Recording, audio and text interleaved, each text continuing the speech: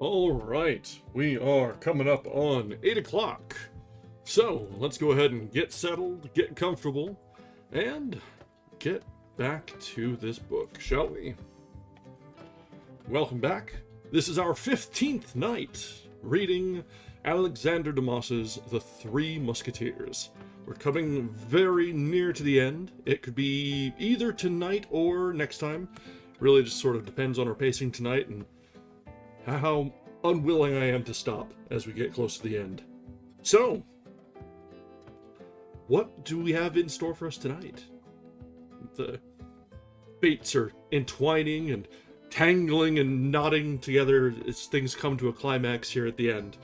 Milady is run into Madame Bonacieux in the convent. Rochefort, the man of Mung, had already stopped by the convent and has been on his way, but the musketeers on their way to the convent saw him and found the note of where he was supposed to meet with Milady.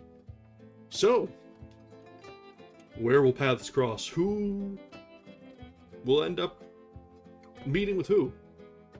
There's only one way to find out. Let's go ahead and jump right back in with Chapter 63, The Drop of Water. Rochefort had scarcely departed when Madame Bonacieux re-entered. She found Milady with a smiling countenance. "Well," said the young woman, "what you dreaded has happened. This evening, or tomorrow, the cardinal will send someone to take you away." "Who told you that, my dear?" asked Milady. "I heard it from the mouth of the messenger himself." "Come and sit down close to me," said Milady. "Here I am. Wait till I assure you myself that nobody hears us."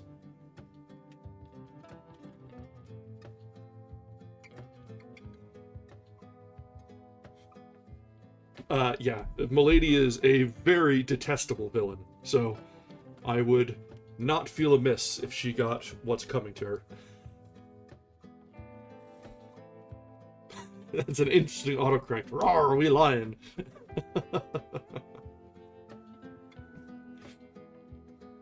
"Why all these precautions? You shall know." Milady arose, went to the door, opened it, looked in the corridor, and then returned and seated herself close to Madame Bonacieux. "Then," said she, "he has well played his part." "Who has?" "He who just now presented himself to the abbess as a messenger from the cardinal." "It was, then, a part he was playing?" "Yes, my child." "That man, then, was not—" "That man," said Milady, lowering her voice, "is my brother." Dun dun dun. "Your brother!" cried Madame Bonacieux. "No one must know this secret, my dear, but yourself. If you reveal it to anyone in the world, I shall be lost, and perhaps yourself likewise. Oh, my God! Listen, this is what has happened. My brother, who was coming to my assistance to take me away by force, if it were necessary, met with the emissary of the cardinal, who was coming in search of me. He followed him at a solitary and retired part of the road. He drew his sword and required the messenger to deliver up to him the papers, of which he was the bearer. The messenger resisted. My brother killed him." "Oh," said Madame Bonacieux, shuddering. "Remember, that was the only means. Then my brother determined to substitute cunning for force. He took the papers and presented himself here as the emissary of the cardinal, and in an hour or two a carriage will come to take me away by the orders of his eminence." "I understand. It is your brother who sends this carriage."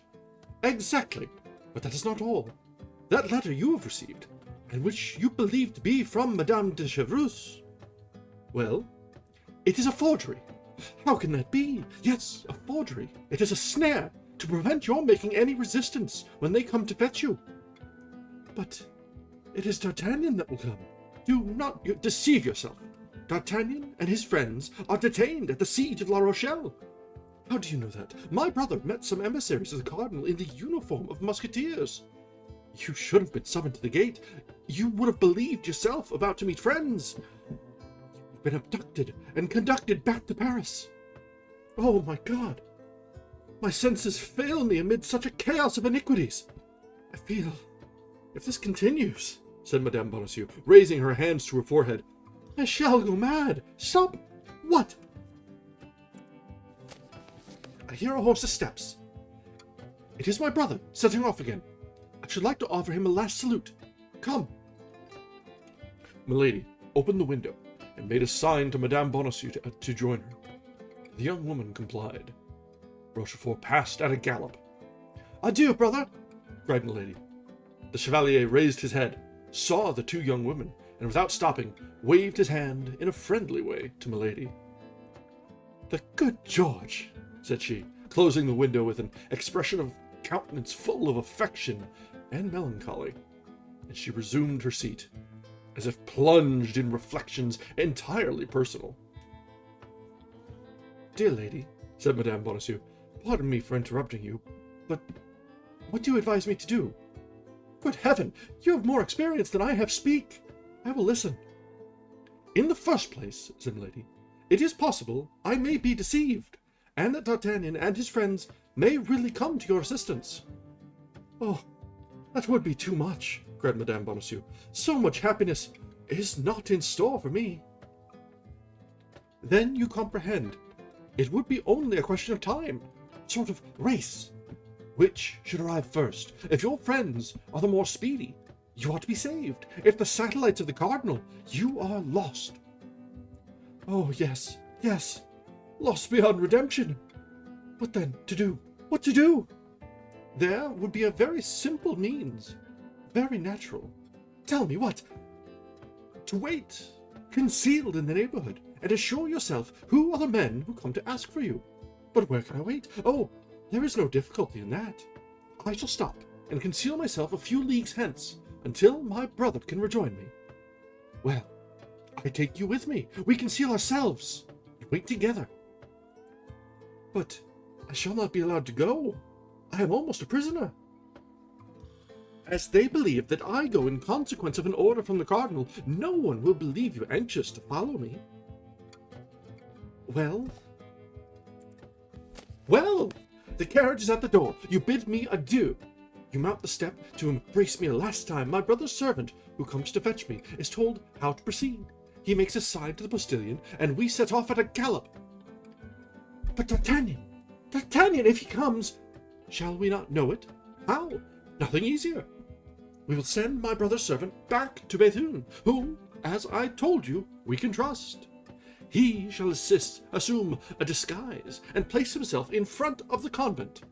If the emissaries of the cardinal arrive, he will take no notice. If it is Monsieur d'Artagnan and his friends, he will bring them to us. He knows them then? Doubtless. Has he not seen Monsieur d'Artagnan at my house? Oh, yes, you are right. Thus all may go well. All may be for the best. But we do not go far from this place. 7 or 8 leagues at the most. We will keep on the frontiers, for instance, and at the first alarm, we can leave France. And what can we do there? Wait! But if they come, my brother's carriage will be here first. If I should happen to be any distance from you when the carriage comes for you, at dinner or supper, for instance, do one thing. What is that? Tell your good superior that in order that we may be as much together as possible, you ask her permission to share my repast. Will she permit it? What inconvenience can it be? Oh, delightful! In this way, we shall not be separated for an instant. Well, go down to her then, to make your request. I feel my head a little confused. I will take a turn in the garden. Go. And where shall I find you? Here, in an hour. Here in an hour. Oh, you are so kind, and I am so grateful. How can I avoid interesting myself for one who is so beautiful and so amiable? Are you not the beloved of one of my best friends? Dear D'Artagnan. Oh, how he will thank you. I hope so. Now, all is agreed. Let us go down. You're going down into the garden? Yes. Go along this corridor, down a little staircase, and you are in it. Excellent. Thank you. And the two women parted, exchanging charming smiles. Milady had told the truth. Her head was confused, for her ill-arranged plans clashed one another like chaos.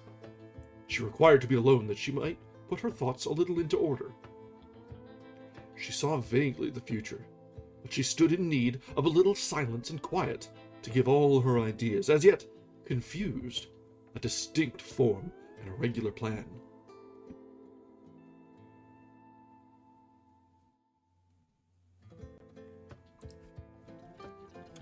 What was most pressing was to get Madame Bonacieux away, and to convey her to a place of safety, and there, if matters required, make her a hostage. Milady began to have doubts of the issue of this terrible duel, in which her enemies showed as much perseverance as she did animosity. Besides, she felt as we feel when a storm is coming on, that this issue was near, and could not fail to be terrible. The principal thing for her, then, was, as we have said, to keep Madame Bonacieux in her power. Madame Bonacieux was the very life of D'Artagnan. This was more than his life, the life of the woman he loved. This was, in case of ill fortune, a means of temporizing and obtaining good conditions. Now, this point was settled. Madame Bonacieux, without any suspicion, accompanied her.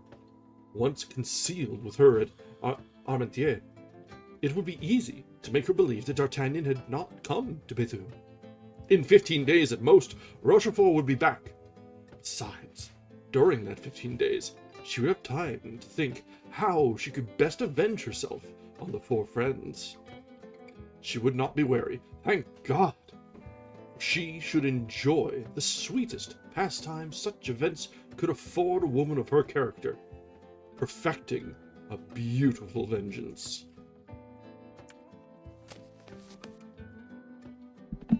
Resolving all this in her mind, she cast her eyes around her, and arranged the topography of the garden in her head. Milady was like a good general, who contemplates at the same time victory and defeat, and who is quite prepared, according to the chances of the battle, to march forward or to beat a retreat. At the end of an hour, she heard a soft voice calling her. It was Madame Bonacieux's. The good abbess had naturally consented to her request, and, as a commencement, they were to sup together. On reaching the courtyard, they heard the noise of a carriage, which stopped at the gate. Milady listened. "Do you hear anything?" said she. "Yes, the rolling of a carriage. It is the one my brother sends for us. Oh my God! Come, come, courage!"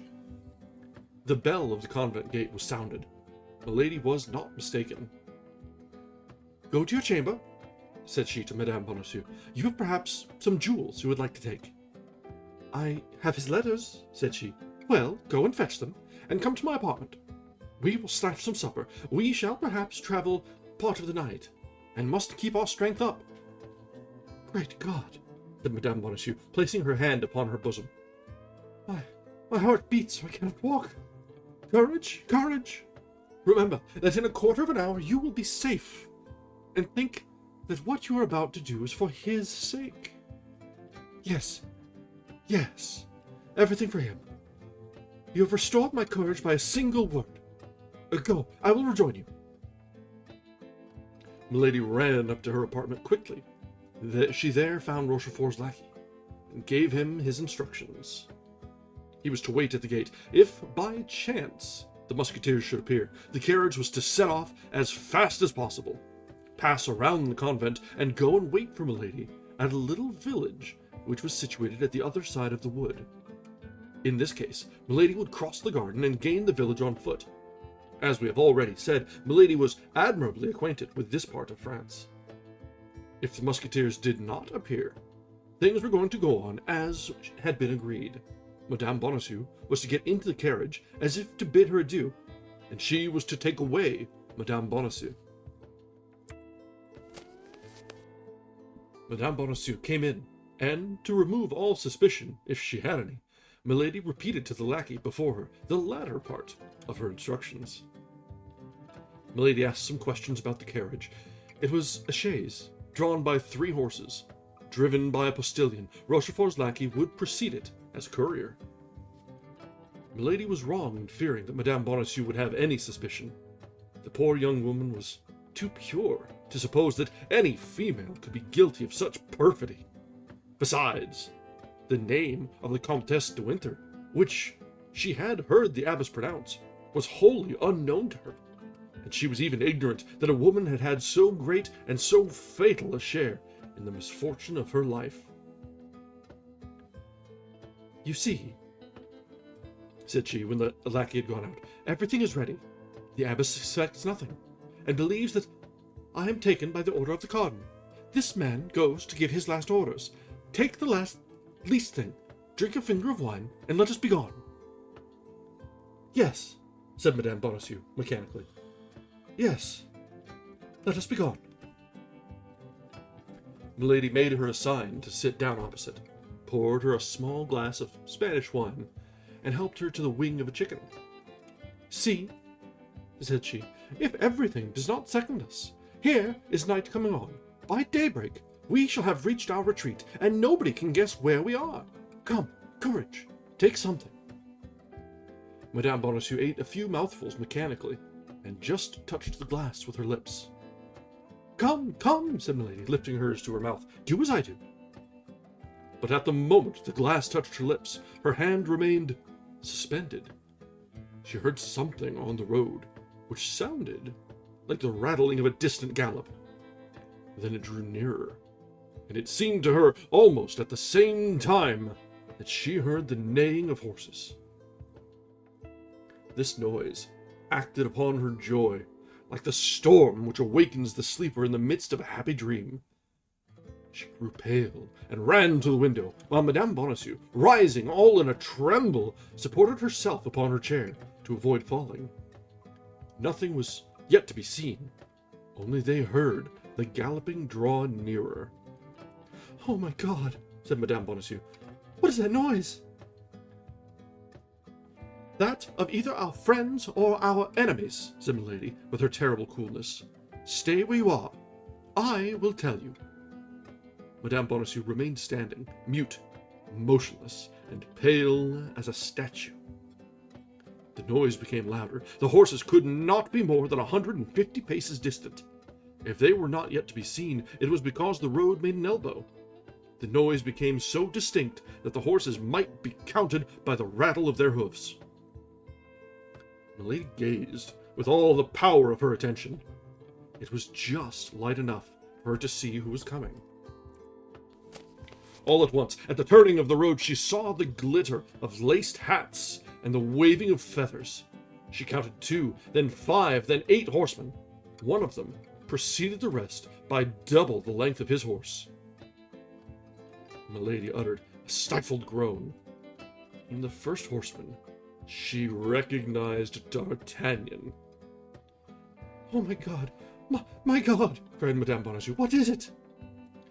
"It is the uniform of the cardinal's guards. Not an instant to be lost. Fly! Fly!" "Yes, yes, let us fly," repeated Madame Bonacieux, but without being able to make a step, glued as she was to the spot by terror. They heard the horsemen pass under the windows. Come then, cried Milady, trying to drag the young woman along by the arm. "Thanks to the garden, we yet can flee. I have the key, but make haste. In 5 minutes it will be too late." Madame Bonacieux tried to walk, made 2 steps, and sank upon her knees. Milady tried to raise and carry her, but she could not do it. At this moment, they heard the rolling of the carriage, which, at the approach of the Musketeers, set off at a gallop.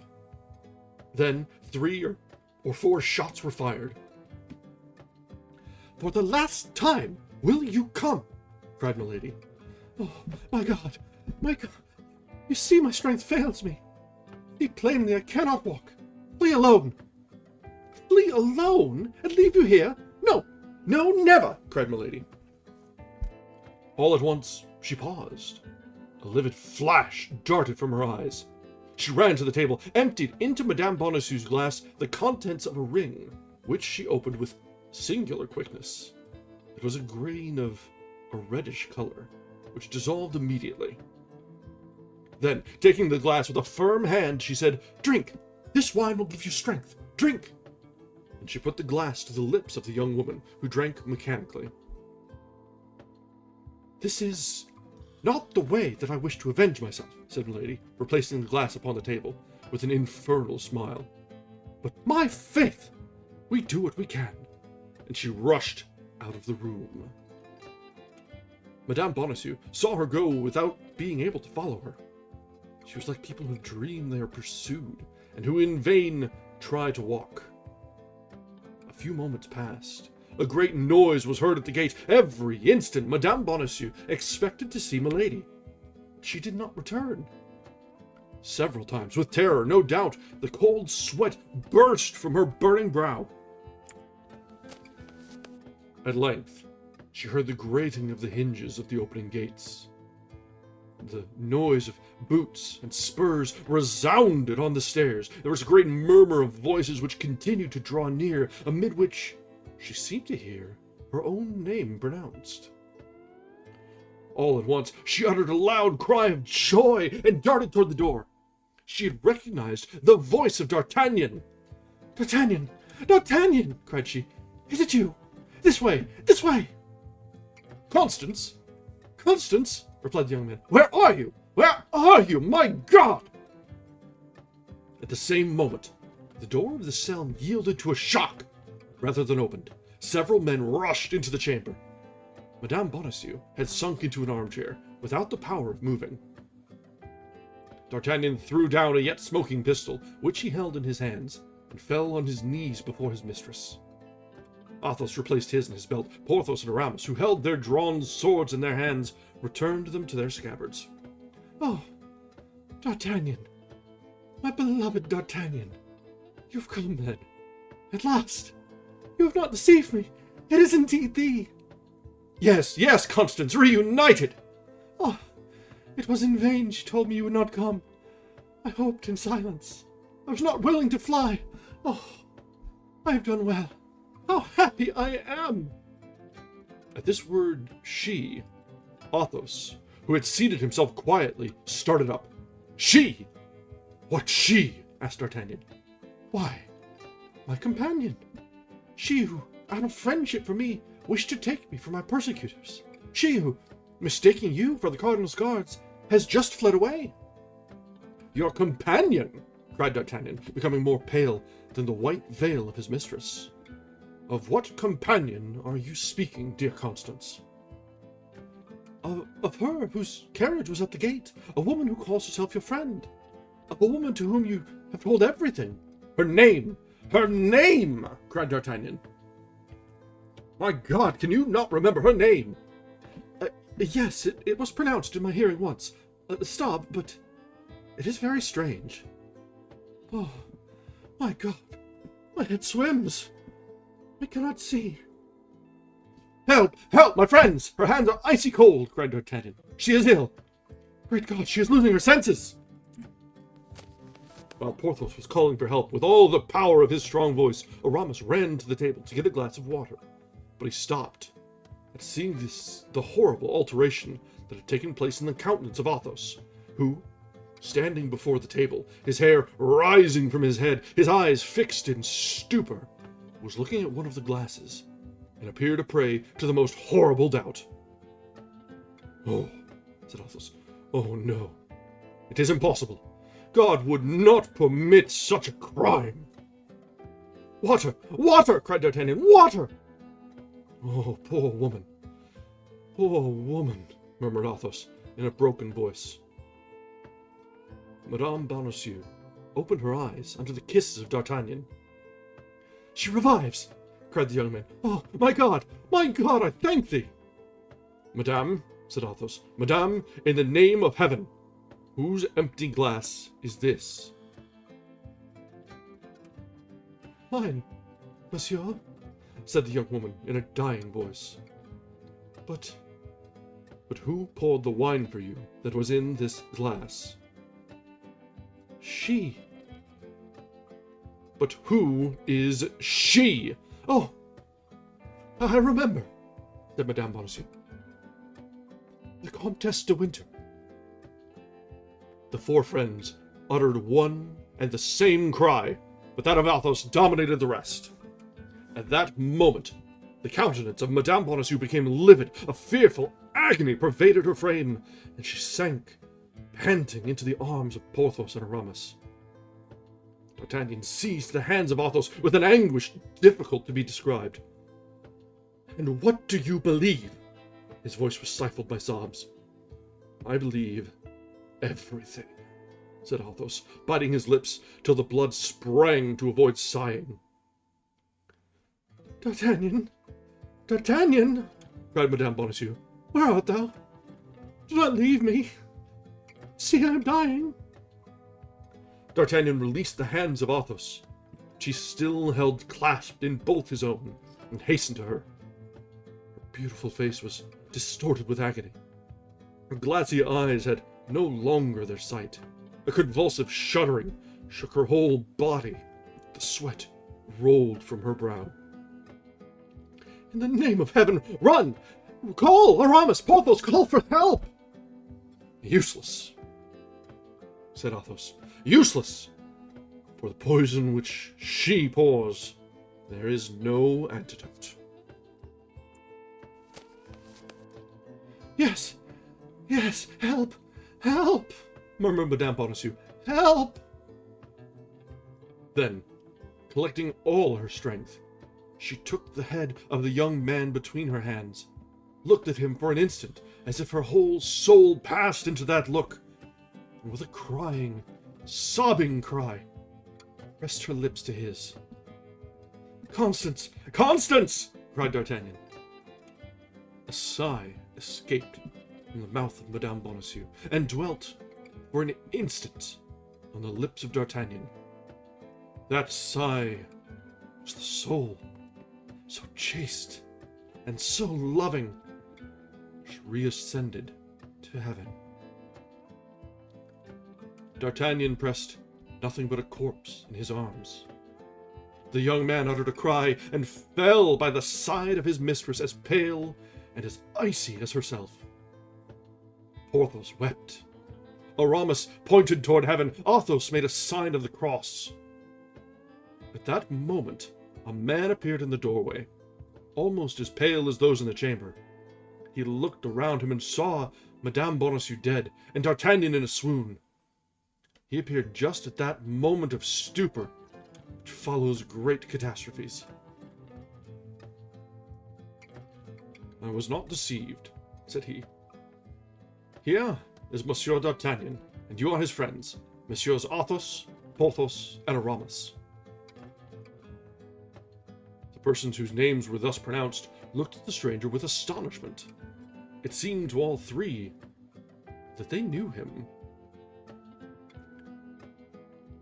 "Gentlemen," resumed the newcomer, "you are, as I am, in search of a woman who," added he with a terrible smile, "must have passed this way, for I see a corpse."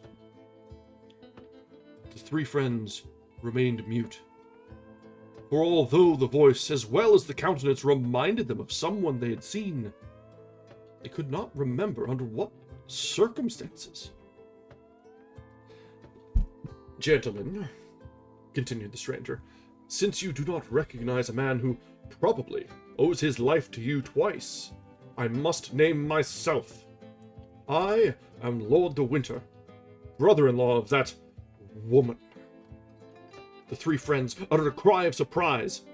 Athos rose, and offering him his hand, "Be welcome, my lord," said he. "You are one of us." "I set out 5 hours after her from Portsmouth," said Lord de Winter. "I arrived 3 hours after her at Boulogne. I missed her by 20 minutes at Saint Omer. Finally, at Lilliers, lost all trace of her. I was going about at random, inquiring of everybody, when I saw you gallop past. I recognized Monsieur d'Artagnan. I called to you, but you did not answer me. I wished to follow you, but my horse was too much fatigued to go at the same pace with yours. And yet it appears, in spite of all your diligence, you have arrived too late. You see, said Athos, pointing at Madame Bonacieux dead, and to D'Artagnan, whom Porthos and Aramis were trying to recall to life. Are they both dead? Asked Lord de Winter sternly. No, replied Athos. Fortunately, Monsieur D'Artagnan has only fainted. Ah, indeed. So much the better, said Lord de Winter. At that moment, D'Artagnan opened his eyes. He tore himself from the arms of Porthos and Aramis and threw himself like a madman onto the corpse of his mistress. Athos rose, walked toward his friend with a slow and solemn step, embraced him tenderly, and as he burst into violent sobs, he said to him with his noble and persuasive voice, "Friend, be a man. Women weep for the dead. Men avenge them." Oh yes, cried D'Artagnan, yes! If it be to avenge her, I am ready to follow you. Athos profited by this moment of strength, which the hope of vengeance restored to his unfortunate friend, to make a sign to Porthos and Aramis to go and fetch the superior. The two friends met her in the corridor, greatly troubled and much upset by such strange events. She called some of the nuns, who, against all monastic custom, found themselves in the presence of 5 men. Madame, said Athos, passing his arm under that of D'Artagnan, we abandon to your pious care the body of that unfortunate woman. She was an angel on earth before being an angel in heaven. Treat her as one of your sisters. We will return some day to pray over her grave. D'Artagnan concealed his face in the bosom of Athos and sobbed aloud. Weep, said Athos, weep, heart full of love, youth, and life. Alas, would I could weep like you. And he drew away his friend, as affectionate as a father, as consoling as a priest, noble as a man who has suffered much. All 5, followed by their lackeys, leading their horses, took their way to the town of Bethune, whose outskirts they perceived, and stopped before the first inn they came to. But, said D'Artagnan, shall we not pursue that woman? Later, said Athos, I have measures to take. She will escape us, replied the young man. She will escape us, and it will be your fault, Athos. I will be accountable for her, said Athos. D'Artagnan had so much confidence in the word of his friend that he lowered his head and entered the inn without reply. Porthos and Aramis regarded each other, not understanding this assurance of Athos. Lord de Winter believed he spoke in this manner to soothe the grief of D'Artagnan. Now, gentlemen, said Athos, when he had ascertained there were 5 chambers free in the hotel, let everyone retire to his own apartment. D'Artagnan needs to be alone, to weep and to sleep. I take charge of everything. Be easy. It appears, however, said Lord de Winter, if there are any measures to take against the Countess, it concerns me. She is my sister-in-law. And me, said Athos. She is my wife. D'Artagnan smiled. He understood that Athos was sure of his vengeance when he revealed such a secret.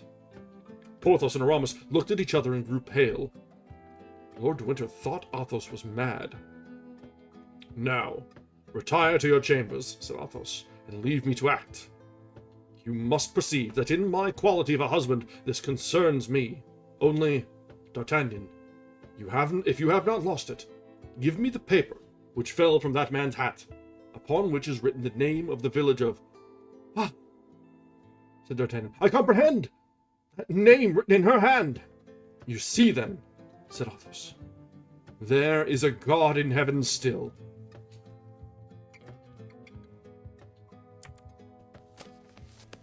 That brings us to the end of chapter 63.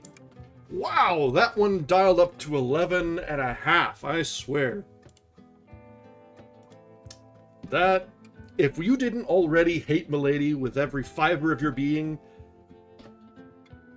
you don't have a soul. But more importantly, if you didn't already, you assuredly must after that chapter.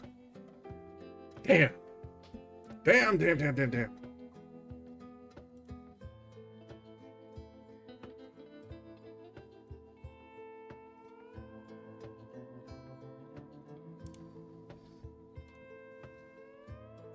We can only hope that Athos finds her first. And with at least, half an hour before anyone else finds them?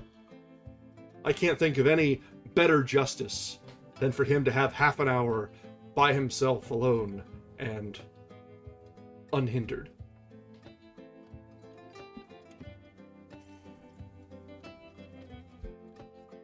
All right, let's continue now with chapter 64, The Man in the Red Cloak. The despair of Athos had given place to a concentrated grief, which only rendered more lucid the brilliant mental faculties of that extraordinary man. Possessed by one single thought, that of the promise he had made, and of the responsibility he had taken, he retired last to his chamber, begged the host to procure him a map of the province, bent over it, examined every line traced upon it, perceived that there were 4 different roads from Bethune to Armentières, and summoned the lackeys. Planchet, Grimaud, Bazin, and Mousqueton presented themselves, and received clear, positive, and serious orders from Athos. They must set out the next morning at daybreak and go to Armentières, each by a different route. Planchet, the most intelligent of the 4, was to follow that by which the carriage had gone upon which the 4 friends had fired, and which was accompanied, as may be remembered, by Rochefort's servant. Athos set the lackeys to work first, because, since these men had been in the service of himself and his friends, he had discovered in each of them different and essential qualities. Then, lackeys who ask questions inspire less mistrust than masters, and meet with more sympathy among those to whom they address themselves. Besides, Milady knew the masters, and did not know the lackeys. On the contrary, the lackeys knew Milady perfectly. All 4 were to meet the next day at 11 o'clock. If they had discovered Milady's retreat, 3 were to remain on guard. The 4th was to return to Bethune in order to inform Athos and serve as a guide to the 4 friends. These arrangements made, the lackeys retired. Athos then arose from his chair, girded on his sword, enveloped himself in his cloak, and left the hotel. It was nearly 10 o'clock. At 10 o'clock in the evening, it is well known, the streets in provincial towns are very little frequented. Athos, nevertheless, was visibly anxious to find someone of whom he could ask a question. At length, he met a belated passenger, went up to him, and spoke a few words to him.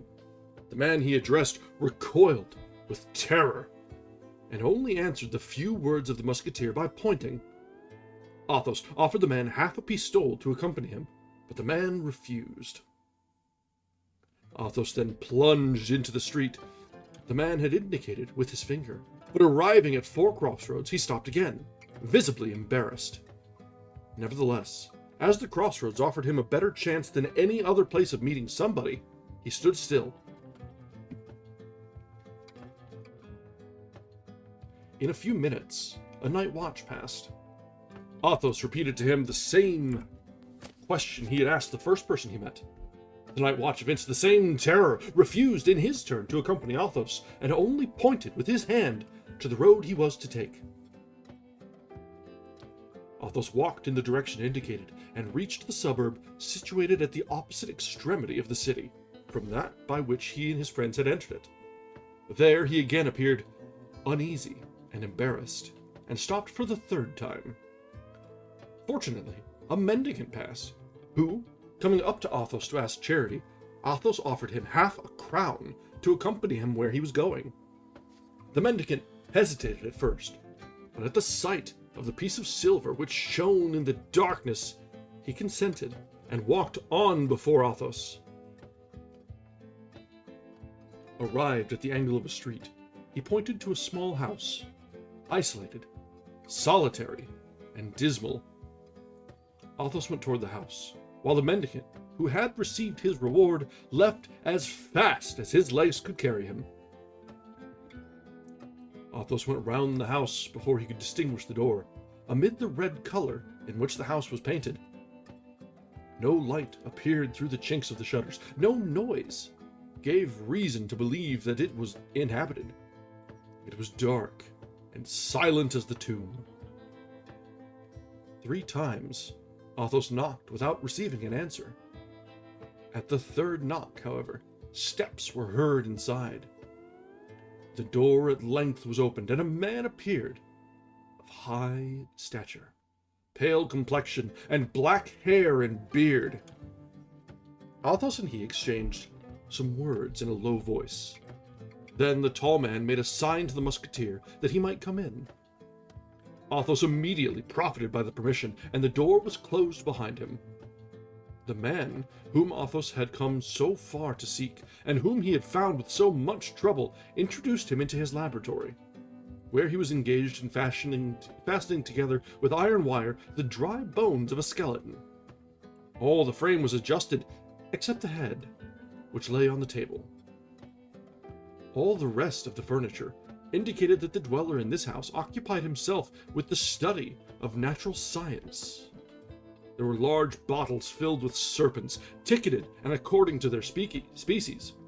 Dried lizards shone like emeralds, set in great squares of black wood, and bunches of wild, odoriferous herbs, doubtless possessed of virtues unknown to common men, were fastened to the ceiling and hung down in the corners of the apartment.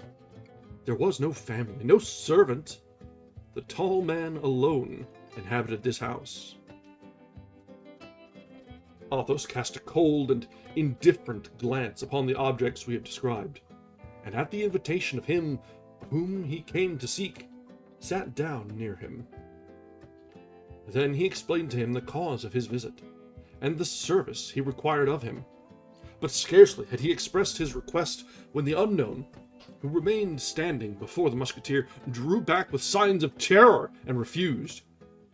Then Athos took from his pocket a small paper, on which 2 lines were written, accompanied by a signature and a seal, and presented them to him, who had made too prematurely these signs of repugnance. The tall man had scarcely read these lines, seen the signature, and recognized the seal, when he bowed to denote that he had no longer any objection to make, and that he was ready to obey. It has to be the letter from the cardinal, the carte blanche. Gotta be. Athos required no more. He arose, bowed, went out, returned by the same way he came, re-entered the hotel, and went to his apartment.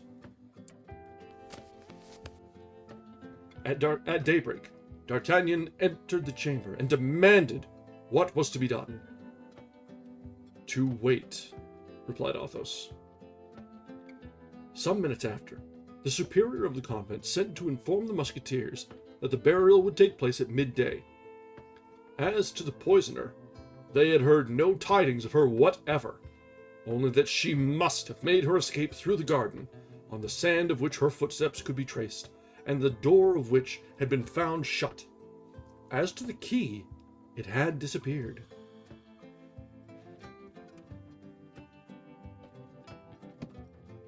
At the hour appointed, Lord de Winter and the 4 friends repaired to the convent. The bells tolled, the chapel was open, the grating of the choir was closed. In the middle of the choir, the body of the victim, clothed in her novitiate dress, was exposed. On each side of the choir and behind the gratings opening into the convent was assembled the whole community of the Carmelites, who listened to the divine service and mingled their chant with the chant of the priests. without seeing the profane or being seen by them. At the door of the chapel, D'Artagnan felt his courage fall anew, and returned to look for Athos. But Athos had disappeared. Faithful to his mission of vengeance, Athos had requested to be conducted to the garden, and there, upon the sand, following the light steps of this woman, who left sharp tracks wherever she went, he advanced toward the gate which led into the wood. Causing it to be opened, he went out into the forest. Then all his suspicions were confirmed. The road by which the carriage had disappeared encircled the forest. Athos followed the road for some time, his eyes fixed upon the ground. Slight stains of blood, which came from the wound inflicted upon the man who accompanied the carriage as a courier, or from one of the horses, dotted the road. At the end of 3/4 of a league, within 50 paces of Festubert, a larger bloodstain appeared. The ground was trampled by horses. Between the forest and this accursed spot, a little behind the trampled ground, was the same track of small feet as in the garden. The carriage had stopped here. At this spot, Milady had come out of the wood and entered the carriage. Satisfied with this discovery, which confirmed all his suspicions, Athos returned to the hotel and found Planchet impatiently waiting for him. Everything was as Athos had foreseen. Planchet had followed the road, like Athos. He had discovered the stains of blood, like Athos. He had noted the spot where the horses had halted, but he had gone farther than Athos, for at the village of Festubert, while drinking at an inn, he had learned, without needing to ask a question, that the evening before, at 8:30, a wounded man who accompanied a lady traveling in a post-chaise had been obliged to stop, unable to go further. The accident was set down to the account of robbers, who had stopped the chaise in the wood. The man remained in the village. The woman had had a relay of horses, and continued her journey. Planchet went in search of the postilion who had driven her, and found him. He had taken the lady as far as Fromelles, and from Fromelles she had set out for Armentières. Planchet took the crossroad, and by 7 o'clock in the morning he was at Armentières. There was but one tavern, the Post. Planchet went and presented himself as a lackey out of a place, who was in search of a situation. He had not chatted 10 minutes with the people of the tavern before he learned that a woman had come there alone about 11 o'clock the night before, had engaged a chamber, had sent for the master of the hotel, and told him that she desired to remain some time in the neighborhood. Planchet had no need to learn more. He hastened to the rendezvous, found the lackeys at their posts, placed them as sentinels at all the outlets of the hotel, and came to find Athos, who had just received this information when his friends returned. All their countenances were melancholy and gloomy, even the mild countenance of Aramis. "What is to be done?" asked D'Artagnan. "To wait," replied Athos. Each retired to his own apartment. At 8 o'clock in the evening, Athos ordered the horses to be saddled, and Lord de Winter and his friends notified that they must prepare for the expedition. In an instant, all 5 were ready. Each examined his arms and put them in order. Athos came down last and found D'Artagnan already on horseback and growing impatient. "Patience!" cried Athos. "One of our party is still wanting." The 4 horsemen looked round them in astonishment, for they sought vainly in their minds to know who this other person could be. At this moment, Planchet brought out Athos's horse. The musketeer leaped lightly into the saddle. "Wait for me," cried he. "I will soon be back." And he set off at a gallop. In a quarter of an hour he returned, accompanied by a tall man, masked and wrapped in a large red cloak. Lord de Winter and the 3 Musketeers looked at one another inquiringly. Neither could give the others any information, for all were ignorant who this man could be. Nevertheless, they felt convinced that all was as it should be. as it was done by the order of Athos. At 9 o'clock, guided by Planchet, the little cavalcade set out, taking the route the carriage had taken.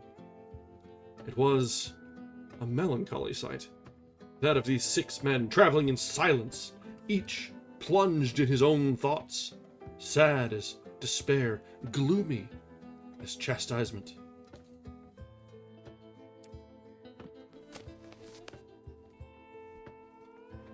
That is the end of chapter 64.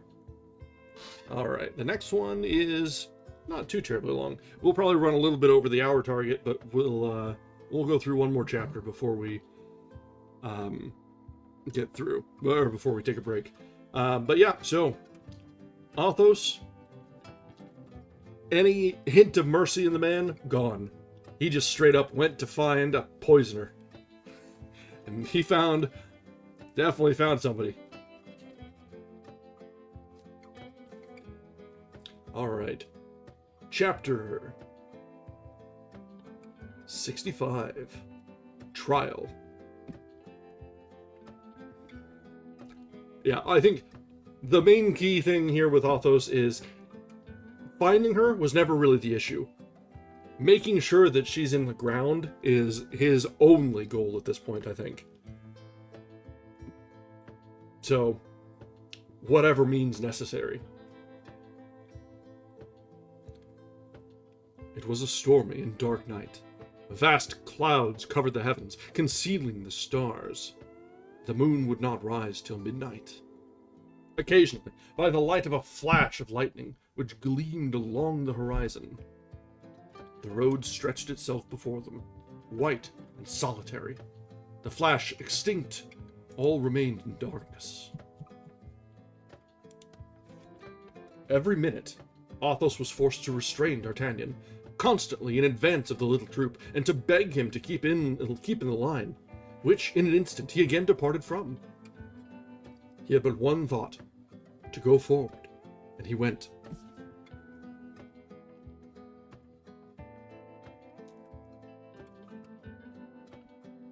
They passed in silence through the little village of Festubert, where the wounded servant was, and then skirted the wood of Richebourg.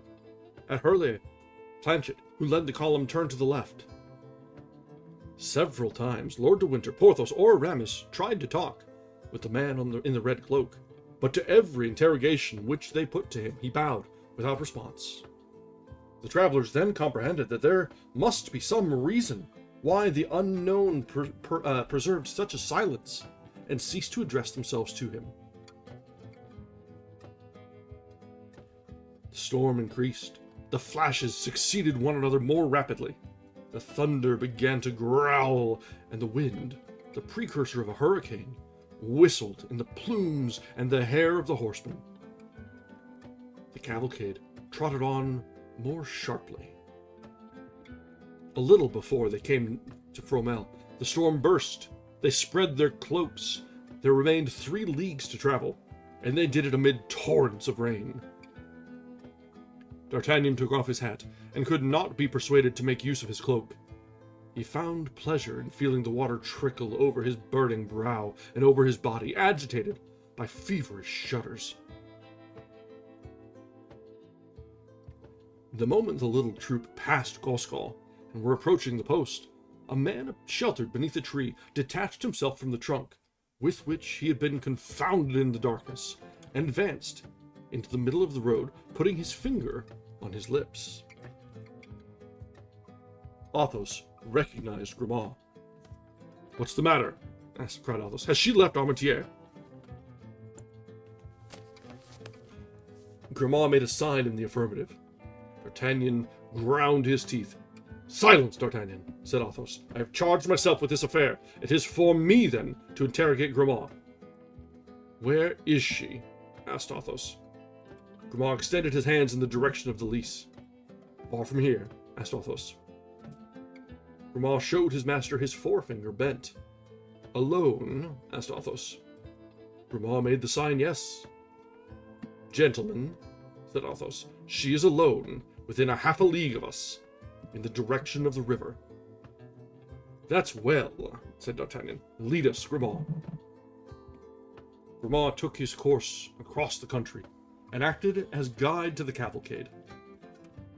At the end of 500 paces, more or less, they came to a rivulet, which they forded. By the aid of the lightning, they perceived the village of Erkenheim. "Is she there, Grimaud?" asked Athos. Grimaud shook his head negatively. "Silence, then!" Silence, yes, indeed. The shaking of his head was too much to bear, for sure. And so the troop continued their route. Another flash illuminated all around them. Grimaud extended his arm, and by the bluish splendor of the fiery serpent they distinguished a little isolated house on the banks of the river, within 100 paces of a ferry. One window was lighted. "Here we are," said Athos. At this moment, a man who had been crouching in a ditch jumped up and came towards them. It was Mousqueton. He raised his finger to the lighted window. "She is there," said he. "And Bazin?" asked Athos. "While I watched the window, he guarded the door." "Good," said Athos. "You are good and faithful servants." Athos sprang from his horse, gave the bridle to Grimaud, and advanced toward the window, having made a sign to the rest of the troop to go toward the door. The little house was surrounded by a low, quickset hedge, 2 or 3 feet high. Athos sprang over the hedge and went up to the window, which was without shutters, but had half the curtains closely drawn. He mounted the skirting stone, that his eyes might look over the curtain.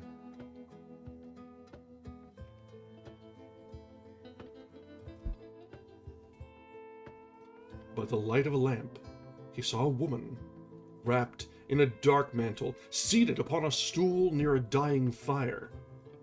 Her elbows were placed upon a mean table, and she leaned her head upon her 2 hands, which were white as ivory.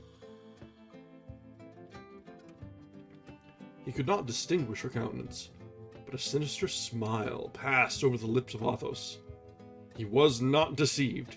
It was she whom he sought. At this moment, a horse neighed. Milady raised her head, saw close to the panes the pale face of Athos, and screamed.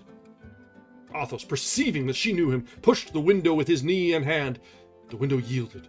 The squares were broken to shivers, and Athos, like the spectre of vengeance, leaped into the room. Milady rushed to the door and opened it. More pale and menacing than Athos, D'Artagnan stood on the threshold. Milady recoiled, uttering a cry. D'Artagnan, believing she might have the means of flight, and fearing she should escape, drew a pistol from his belt. But Athos raised his hand. "Put back that weapon, D'Artagnan," said he. "This woman must be tried, not assassinated. Wait an instant, my friend, and you shall be satisfied. Come in, gentlemen." D'Artagnan obeyed, for Athos had the solemn voice and the powerful gesture of a judge sent by the Lord himself. Behind D'Artagnan entered Porthos, Aramis, Lord de Winter, and the man in the red cloak. The 4 lackeys guarded the door and the window. Milady had sunk into a chair, with her hands extended, as if to conjure this terrible apparition. Perceiving her brother-in-law, she uttered a terrible cry. "What do you want?" screamed Milady. "We want," said Athos, "Charlotte Backson, who first was called Comtesse de la Fère, and afterwards Milady de Winter, Baroness of Sheffield." "That is I! That is I!" murmured Milady in extreme terror. "What do you want?" "We wish to judge you according to your crime," said Athos. "You shall be free to defend yourself. Justify yourself if you can. Monsieur D'Artagnan, it is for you to accuse her first." D'Artagnan advanced. "Before God and before men," said he, "I accuse this woman of having poisoned Constance Bonacieux, who died yesterday evening." He turned toward Porthos and Aramis. "We bear witness to this. said the 2 Musketeers with one voice. D'Artagnan continued, "Before God and before men, I accuse this woman of having attempted to poison me in wine which she sent me from Villeroy with a forged letter. As if that wine came from my friends, God preserved me, but a man named Brisemont died in my place." "We bear witness to this," said Porthos and Aramis, in the same manner as before. "Before God and before men, I accuse this woman of having urged me to the murder of the Baron de Ward.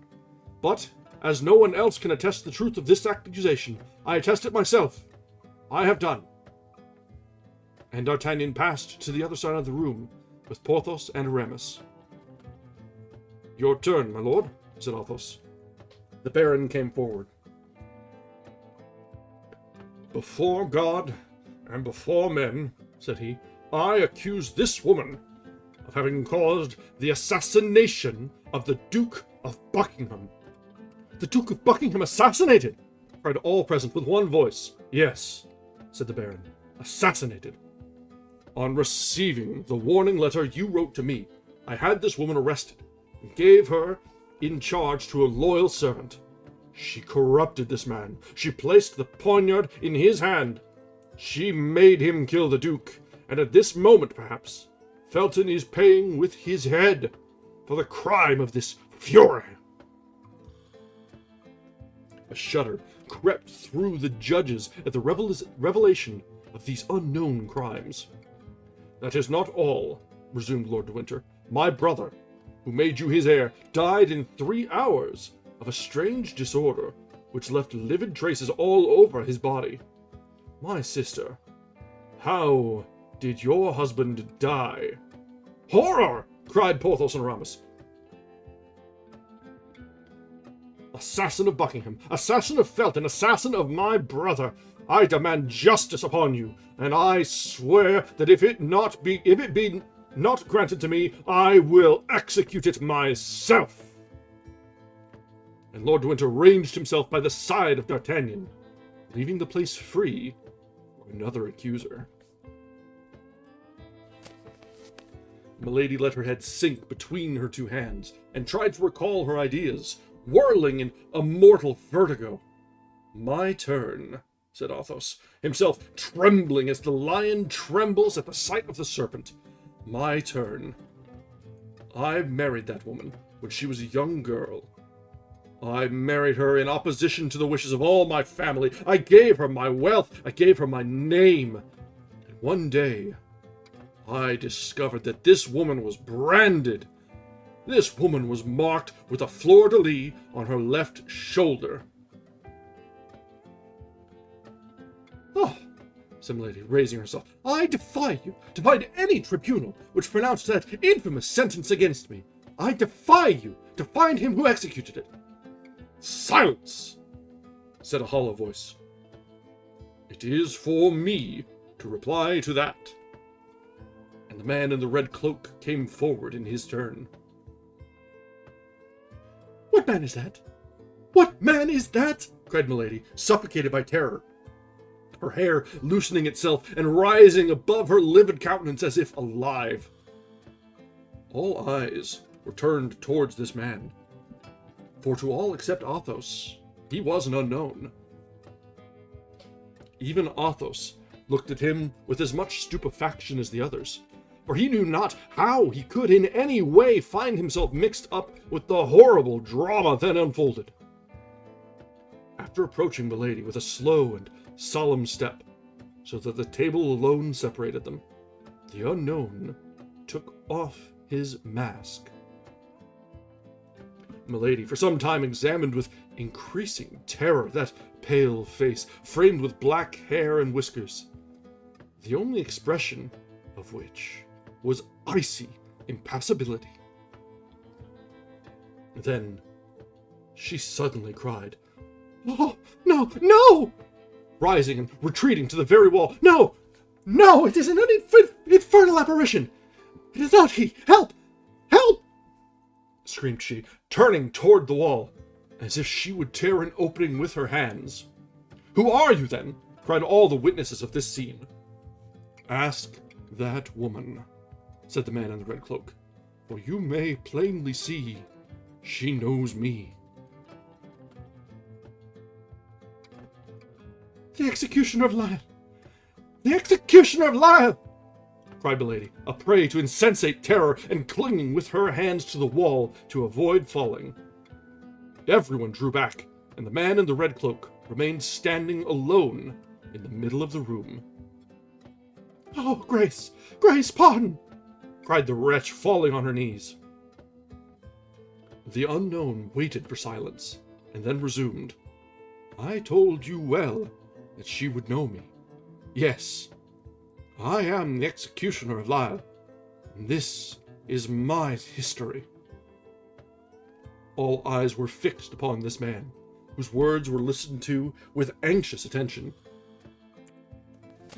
"That woman was once a young girl, as beautiful as she is today. She was a nun in the convent of the Benedictines of the Templemar. A young priest, with a simple and trustful heart, performed the duties of the church of the convent. She undertook his seduction and succeeded. She would have seduced a saint. Their vows were sacred and irrevocable. Their connection could not last long without ruining both.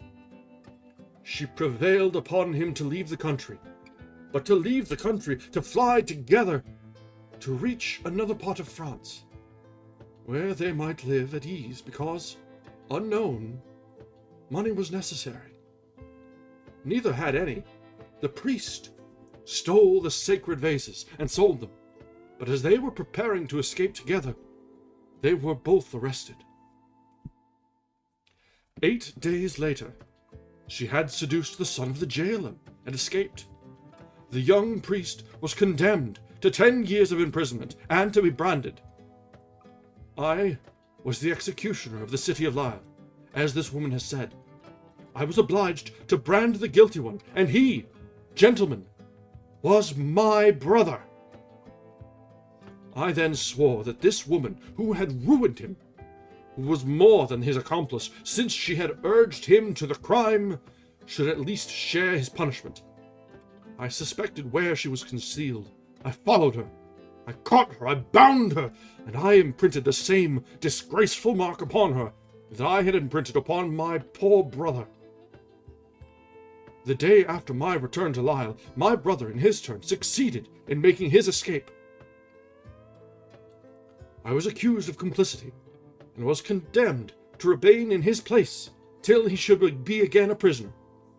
My poor brother was ignorant of this sentence. He rejoined this woman. They fled together into Berry, and there he obtained a little curacy. This woman passed for his sister. The lord of the estate, on which the chapel of the curacy was situated, saw this pretend sister, and became enamored of her, amorous to such a degree that he proposed to marry her. Then she quitted him. She had ruined. For him she was destined to ruin, and became the Comtesse de la Fère. All eyes turned toward Athos, whose real name that was, and who made a sign with his head that all was true which the executioner had said. Then, resumed he, mad, desperate, determined to get rid of an existence from which she had stolen everything, honor and happiness, my poor brother returned to Lyle, and learning the sentence which had condemned me in his place, surrendered himself, and hanged himself that same night from the iron bar of the loophole of his prison. To do justice to them who had condemned me, they kept their word. As soon as the identity of my brother was proved, I was set at liberty. That is the crime of which I accuse her. That is the cause for which she was branded. Monsieur d'Artagnan, said Athos, what is the penalty you demand against this woman? The punishment of death, replied D'Artagnan. My Lord de Winter, continued Athos, what is the penalty you demand against this woman? The punishment of death, replied Lord de Winter. Messieurs Porthos and Aramis, repeated Athos, you who are her judges, what is the sentence you pronounce upon this woman? The punishment of death, replied the Musketeers in a hollow voice. Milady uttered a frightful shriek and dragged herself along several paces upon her knees toward her judges. Athos stretched out his hand towards her. Charlotte Backson, Comtesse de la Fère, Milady de Winter, said he, your crimes have wearied men on earth and God in heaven. If you know a prayer, say it, for you are condemned, and you shall die. At these words, which left no hope, Milady raised herself in all her pride and wished to speak, but her strength failed her. She felt that a powerful and implacable hand seized her by the hair and dragged her away as irrevocably as fatality drags humanity. She did not, therefore, even attempt the least resistance, and went out of the cottage. Lord de Winter, D'Artagnan, Athos, Porthos, and Aramis went out close behind her. The lackeys followed their masters, and the chamber was left solitary, with its broken window, its open door, and its smoky lamp burning sadly on the table. That brings us to the end. Chapter 65. Alright, we've got 2 chapters and an epilogue remaining. We should be able to get through these tonight. So, let's go ahead and take a quick break, let the last one sink in, because it was pretty satisfying. Not the sort of climactic clash you'd expect from like an action adventure book, but really satisfying. So we'll see how things do come to its final conclusion in the last couple chapters as soon as we're back. Top up your drinks. We might run a little bit over tonight because I am committed to finish.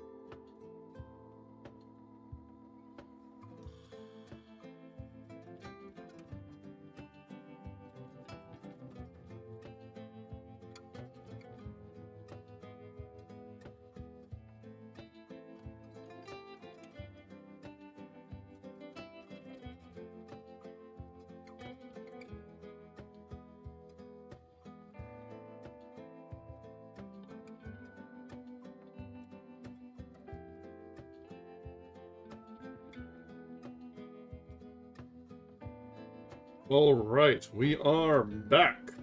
Get a little toast in here. I had to pop the fan on, top up the drink. So let's go ahead and get on with the dirty business of the ending.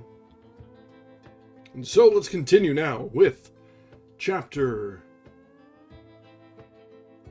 66. I'll hold off on the chapter title on this one. We'll give you the title at the end. I'll probably need to start doing that more often. I hate how spoilery chapter titles always are. Do it anime style. When there's a big episode, the title card comes at the end.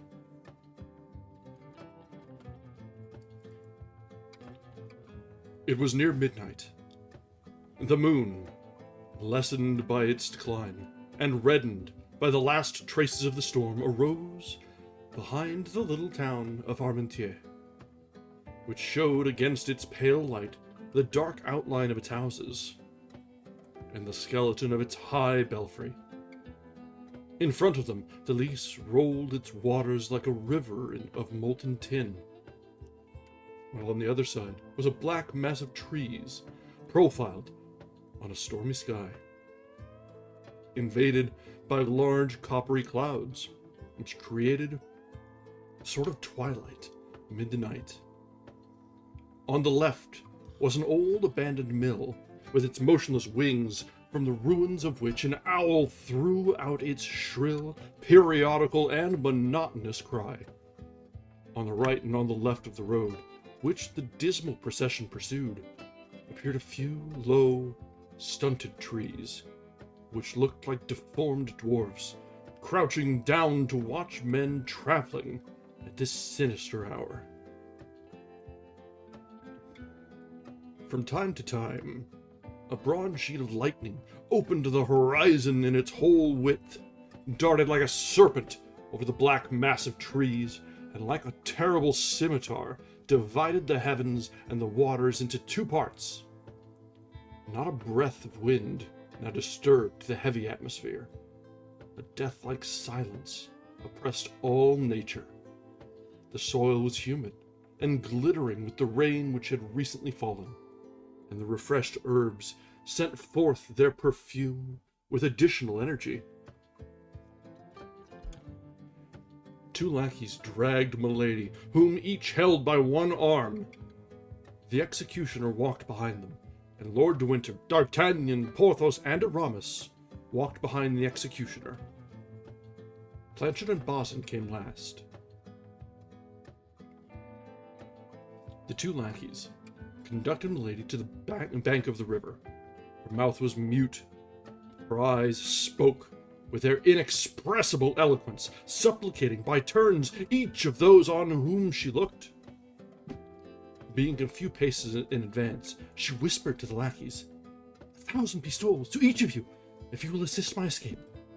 But if you deliver me up to your masters, I have near at hand avengers who will make you pay dearly for my death. Grimaud hesitated.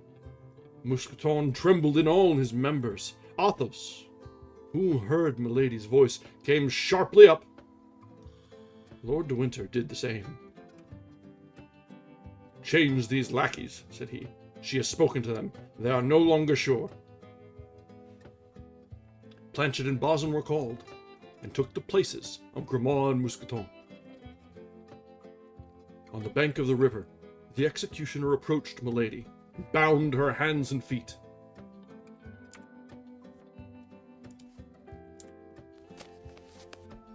Then she broke the silence to cry out, "You are cowards, miserable assassins! 10 men combined to murder 1 woman! Beware!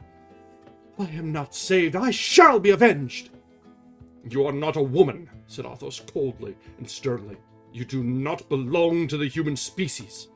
You are a demon escaped from hell, whither we send you back again." "Oh, you virtuous men," said Milady, "please to remember that he who shall touch a hair of my head is himself an assassin." "The executioner may kill, without being on that account an assassin," said the man in the red cloak, rapping upon his immense sword. This is the last judge. That is all. Nachrichter, as say our neighbors, the Germans. And as he bound her, while saying these words, Milady uttered 2 or 3 savage cries, which produced a strange and melancholy effect in flying away into the night, and losing themselves in the depths of the woods. "If I am guilty, if I have committed the crimes you accuse me of," shrieked Milady, "take me before a tribunal. You are not judges. You cannot condemn me." "I offered you Tyburn," said Lord de Winter. "Why did you not accept it?" "Because I am not willing to die," cried Milady, struggling. "Because I am too young to die." The woman you poisoned at Bethune was still younger than you, madame. And yet she is dead," said D'Artagnan. "I will enter a cloister. I will become a nun," said Milady. "You were in a cloister," said the executioner, "and you left it to ruin my brother." Milady uttered a cry of terror and sank upon her knees. The executioner took her up in his arms and was carrying her toward the boat. Oh my God!" cried she. "My God! Are you going to drown me?" These cries had something so heartrending in them that Monsieur d'Artagnan, who had been at first the most eager in pursuit of Milady, sat down on the stump of a tree and hung his head, covering his ears with the palms of his hands, and yet, notwithstanding, he could still hear her cry and threaten. D'Artagnan was the youngest of all these men. His heart failed him. "Oh, I cannot behold this frightful spectacle," said he. "I cannot consent that this woman should die thus." Milady heard these few words, and caught at the shadow of hope. "D'Artagnan! D'Artagnan!" cried she. "Remember that I loved you!" The young man rose and took a step toward her.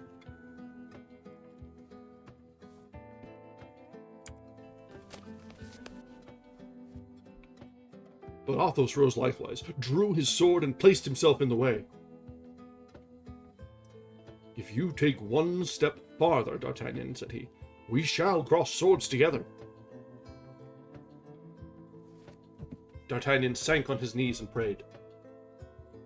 "Come," continued Athos, "executioner, do your duty." "Willingly, Monseigneur," said the executioner, "for, as I am a good Catholic, I firmly believe, I am acting justly, performing my functions on this woman." "That's well."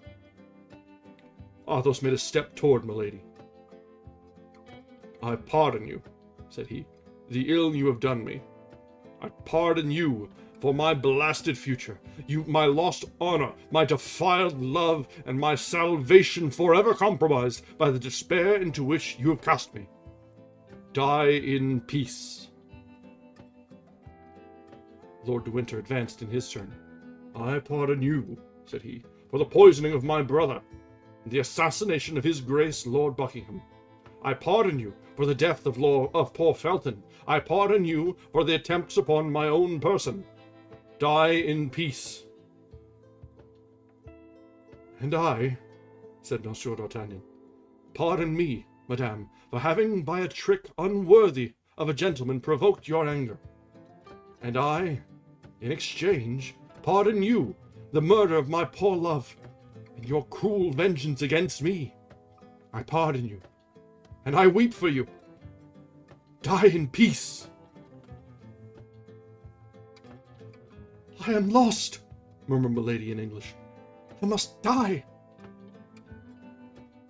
Then she arose of herself, and cast around her one of those piercing looks which seemed to dart from an eye of flame.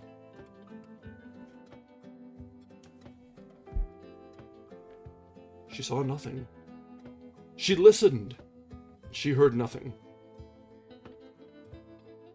"Where am I to die?" said she. "On the other bank," replied the executioner. Then he placed her in the boat, and as he was going to set foot in it himself, Athos handed him a sum of silver. "Here," said he, "is the price of the execution. That it may be plain, we act as judges." "That is correct," said the executioner. "And now in her turn, let this woman see that I am not fulfilling my trade, but my debt." And he threw the money into the river.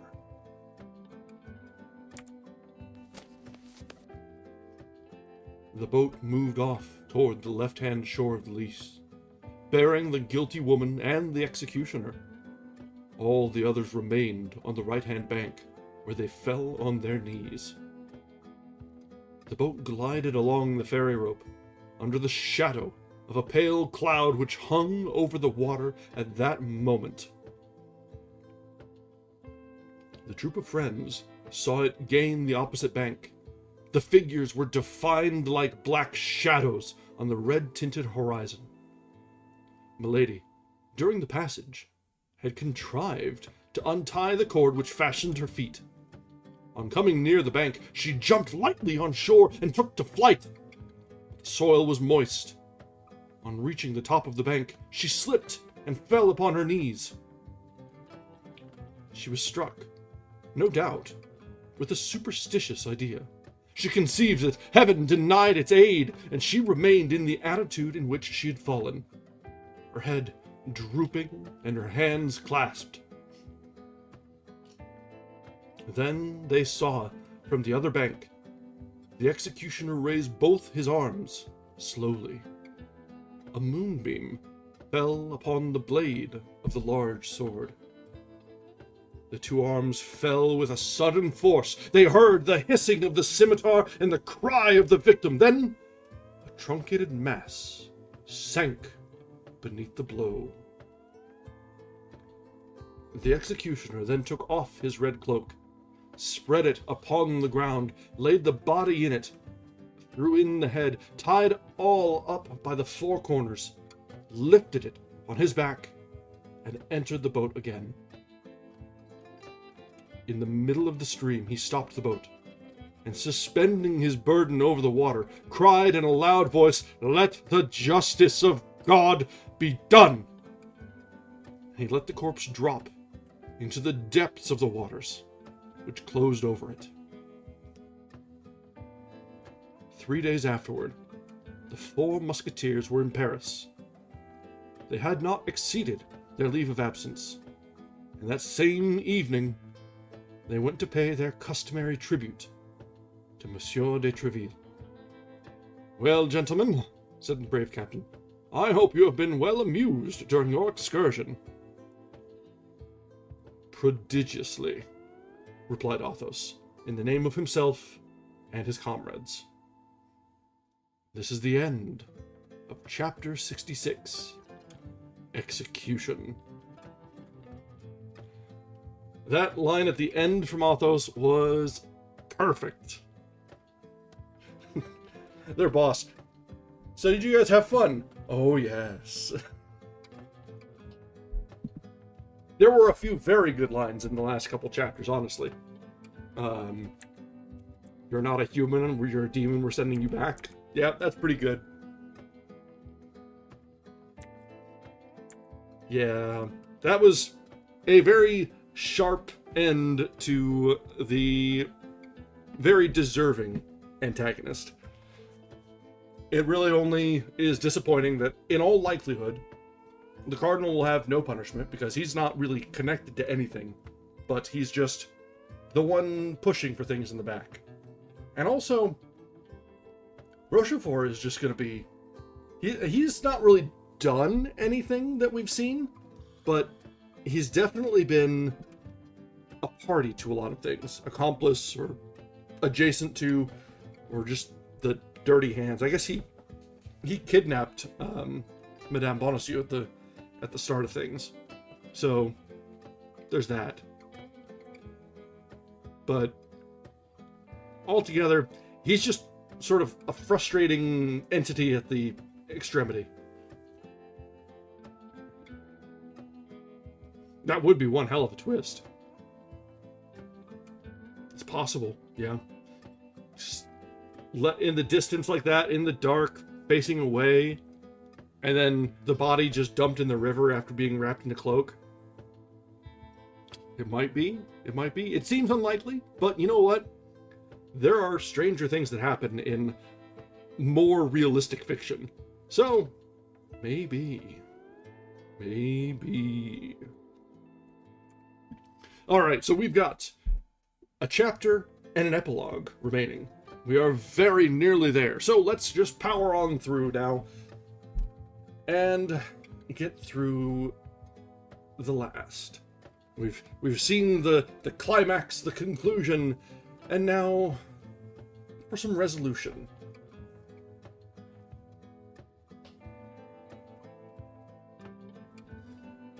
Yeah, it's unlikely. That's more like an anime twist than anything else. So I think Dumas probably not the sort to resort to that. But you know what? Maybe. Maybe. Alright. Chapter 67. Conclusion. This one doesn't really seem too spoilery, because, I mean, let's be real, it's the last chapter.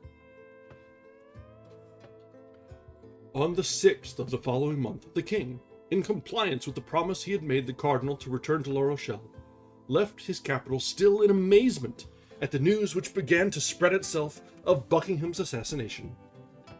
Although warned that the man she had loved so much was in great danger, the queen, when his death was announced to her, would not believe the fact, and even imprudently exclaimed, "It is false! He has just written to me!" But the next day, she was obliged to believe this fatal intelligence. Laporte, detained in England, as everyone else had been, by the orders of Charles I, arrived. It was the bearer, the Duke's dying gift to the Queen. The joy of the king was lively.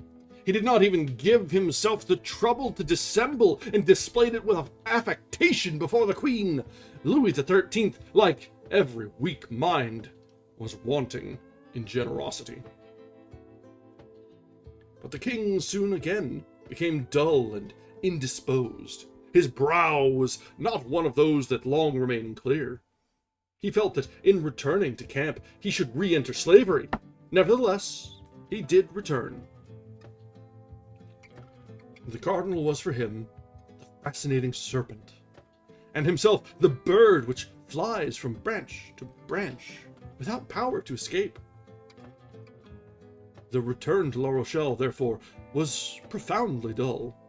Our four friends, in particular, astonished their comrades. They traveled together, side by side, with sad eyes and heads lowered. Athos alone, from time to time, raised his expansive brow. A flash kindled in his eyes, and a bitter smile passed over his lips. Then, like his comrades, he sank again into reverie. As soon as the escort arrived in a city, when they had conducted the king to his quarters, the four friends either retired to their own or to some secluded cabaret, where they neither drank nor played. They only conversed in a low voice, looking around attentively to see that no one overheard them. One day, when the king had halted to fly the magpie, and the four friends, according to their custom, instead of following the sport, had stopped at a cabaret on the high road, a man coming from La Rochelle on horseback pulled up at the door to drink a glass of wine, and darted a searching glance into the room where the four musketeers were sitting. "Halloa! Monsieur d'Artagnan," said he. "Is not that you whom I see yonder?" D'Artagnan raised his head and uttered a cry of joy. It was the man he called his phantom. It was his stranger of Meung, of the Rue des Fosseurs and of Arras. D'Artagnan drew his sword and sprang toward the door. But this time, instead of avoiding him, the stranger jumped from his horse and advanced to meet D'Artagnan. "Ah, monsieur," said the young man, "I meet you then at last. This time you shall not escape me.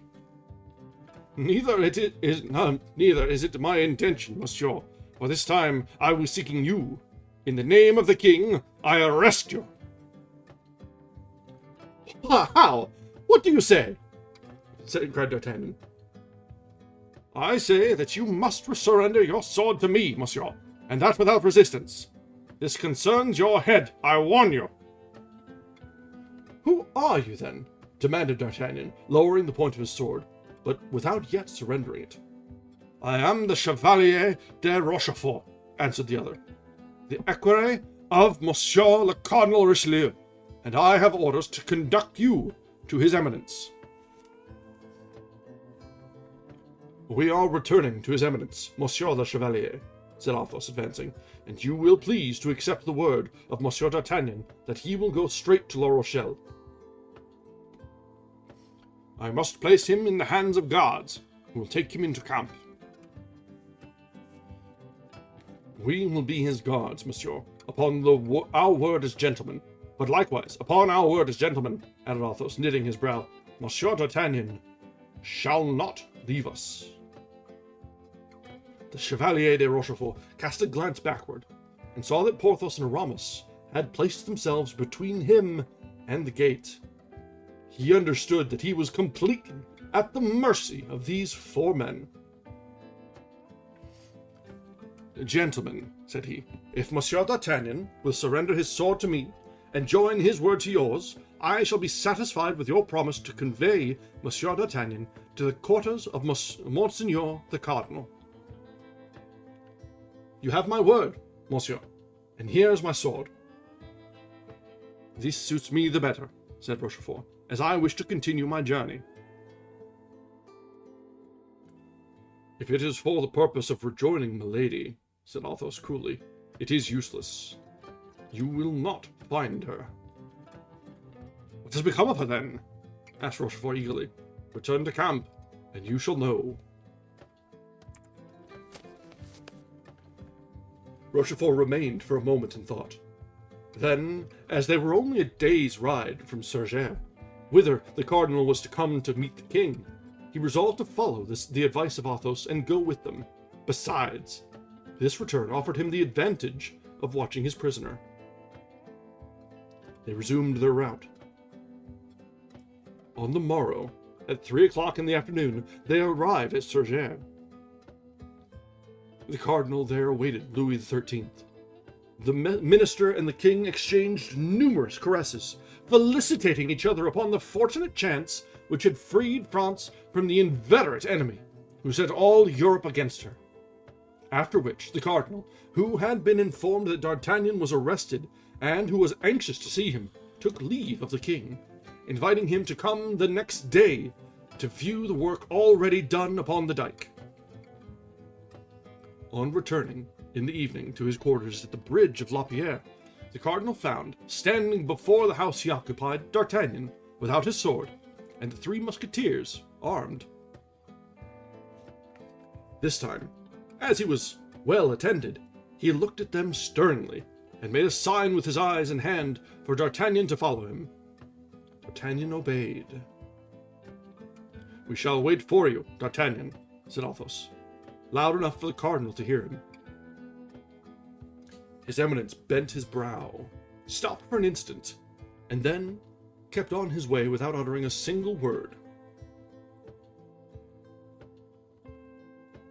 D'Artagnan entered after the cardinal, and behind D'Artagnan the door was guarded. His Eminence entered the chamber which served him as a study, and made a sign to Rochefort to bring in the young musketeer. Rochefort obeyed and retired. D'Artagnan remained alone in front of the cardinal. This was his second interview with Richelieu, and he afterward confessed that he felt well assured it would be his last. Richelieu remained standing, leaning against the mantelpiece. A table was between him and D'Artagnan.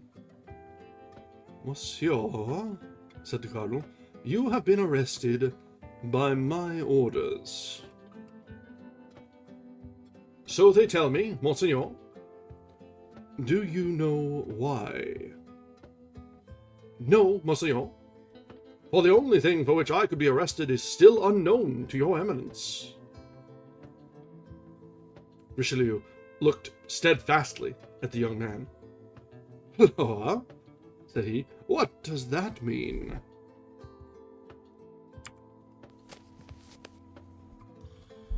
"If Monseigneur will have the goodness to tell me, in the first place, what crimes are imputed to me, I will then tell him the deeds I have really done." "Crimes are imputed to you which had brought down far loftier heads than yours, monsieur," said the cardinal. "What, Monseigneur?"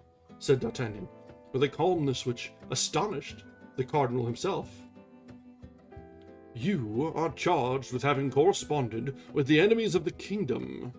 You are charged with having surprised state secrets. You are charged with having tried to thwart the plans of your general." "And who charges me with this, Monseigneur?" said D'Artagnan, who had no doubt the accusation came from Milady. "A woman branded by the justice of the country, a woman who has espoused one man in France and another in England, a woman who poisoned her second husband and who attempted both to poison and assassinate me." "What do you say, monsieur?" said the cardinal, astonished. "And of what woman are you speaking thus?" "Of Milady de Winter," replied D'Artagnan. "Yes, of Milady de Winter, of whose crimes your eminence is doubtless ignorant, since you have honored her with your confidence." "Monsieur," said the cardinal, "if Milady de Winter has committed the crimes you lay to her charge, she shall be punished."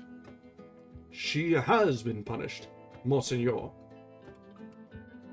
"And who has punished her?" "We." "She is in prison. She is dead." "Dead!" repeated the cardinal, who could not believe what he heard. "Dead? Did you not say she was dead?" "3 times she attempted to kill me, and I pardoned her. But she murdered the woman I love. Then my friends and I took her, tried her, and condemned her." D'Artagnan then related the poisoning of Madame Bonacieux in the convent of the Carmelites at Bethune, the trial in the isolated house, and the execution on the banks of the Lys. A shudder crept through the body of the cardinal, who did not shudder readily.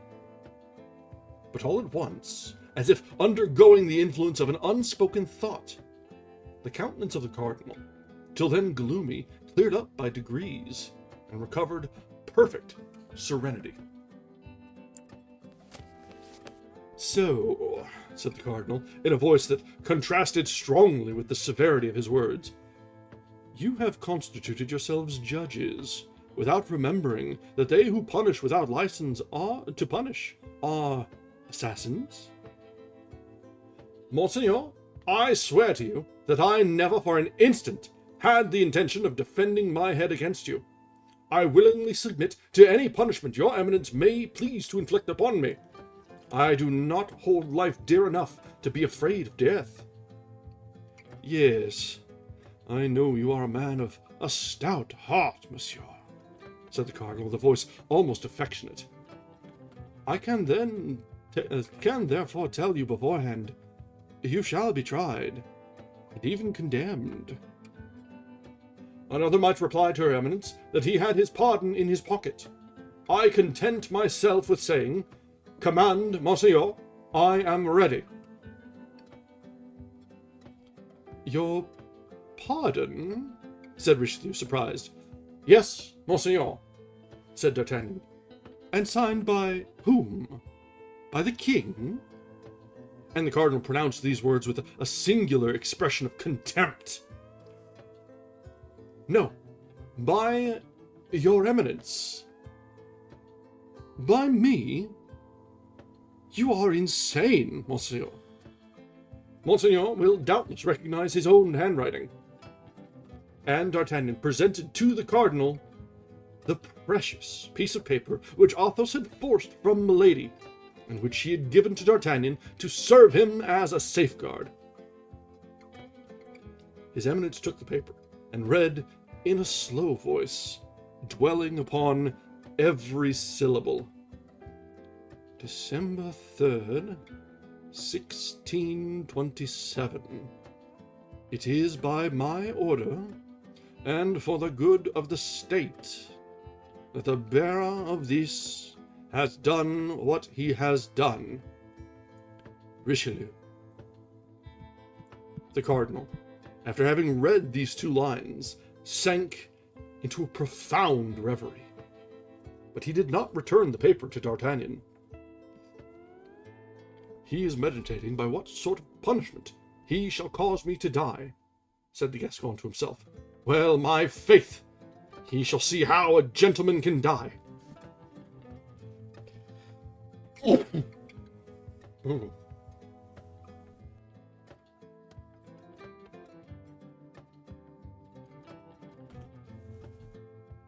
No, no, not now. YouTube, calm down. Don't do it. Don't do this. Not now. We're almost done, YouTube.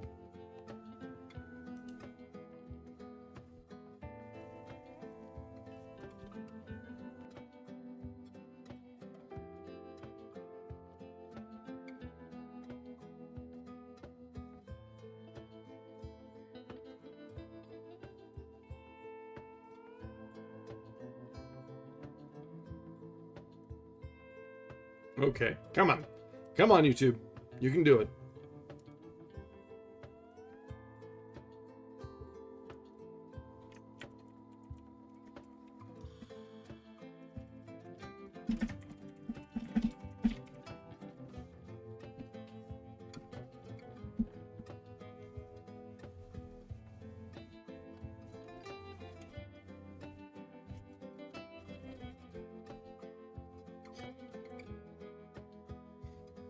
All right, come on, YouTube. We are at, oh lordy, 4K kilobits. Yikes! Yikes! All right, come on. You can do it. You can do it. Hang in there, YouTube. We're almost there. Wow, that took a while.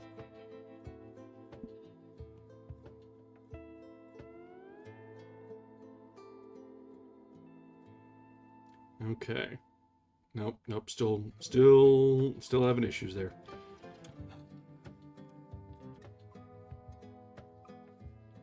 Okay. Let's see. OBS restart. Will it come back? Will we go live? So far, so good. I think we might be alright. And... little bobbin. Monitor looks good. Hey! I think we're alright! It might not have been YouTube after all. It might have been OBS. You know what? They're all villains. They're all villains in my book. Anyway, let's continue where we were.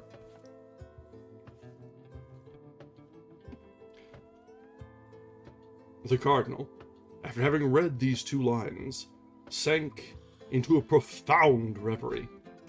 But he did not return the paper to D'Artagnan. He is meditating by what sort of punishment he shall cause me to die, said the Gascon to himself. Well, my faith! He shall see how a gentleman can die. The young musketeer was in excellent disposition to die heroically. Richelieu still continued thinking, rolling and unrolling the paper in his hands.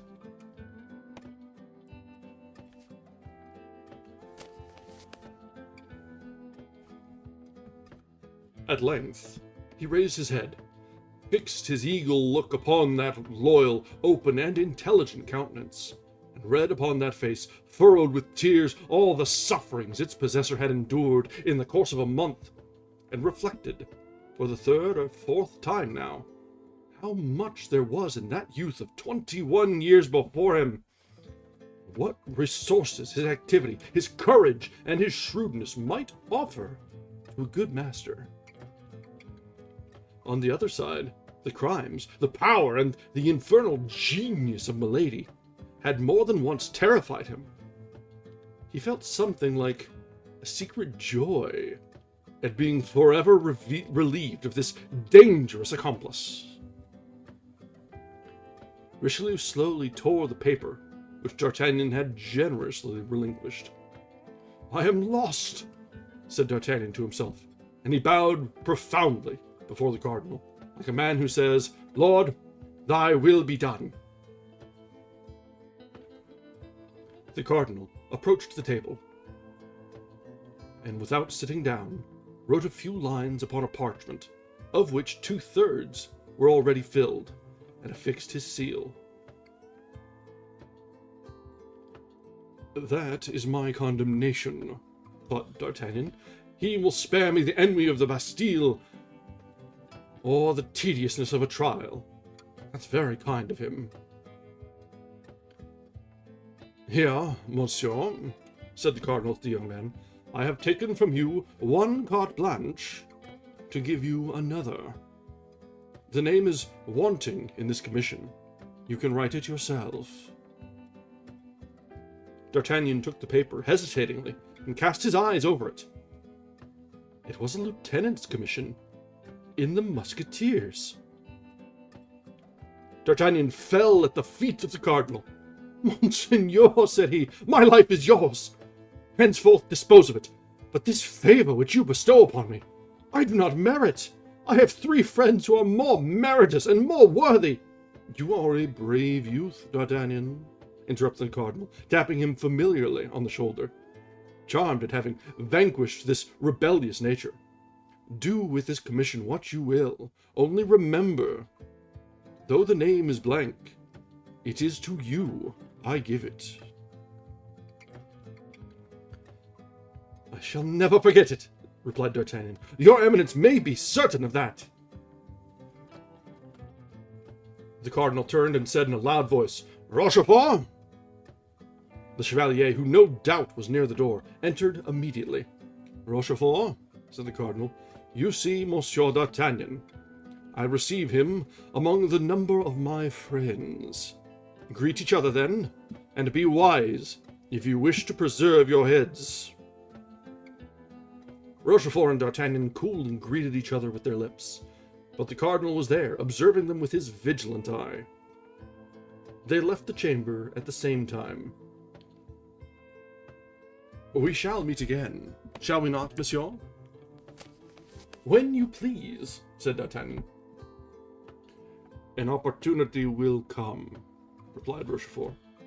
"Eh?" said the cardinal, opening the door. The 2 men smiled at each other, shook hands, and saluted his Eminence. "We were beginning to grow impatient," said Athos. "Here I am, my friends," said D'Artagnan, "not only free, but in favor." "Tell us about it. This evening.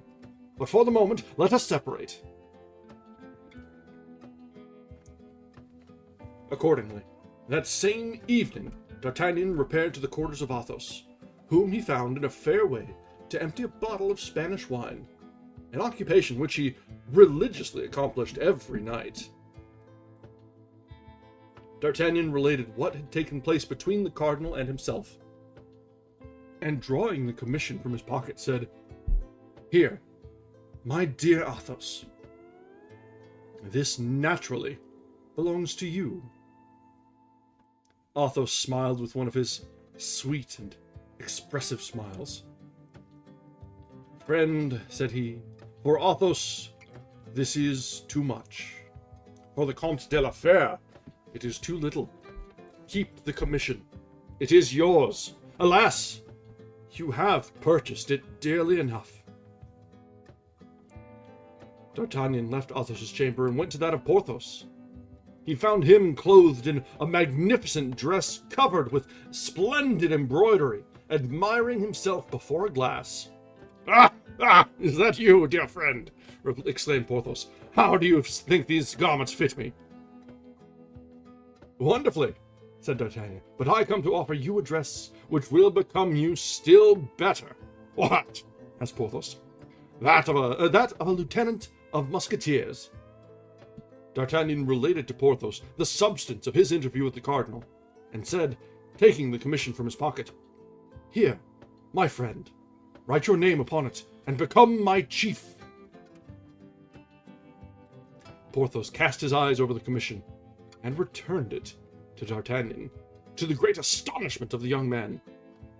Yes, said he, yes, that would flatter me very much. But I should not have time enough to enjoy the distinction. During our expedition to Bethune, the husband of my duchess died.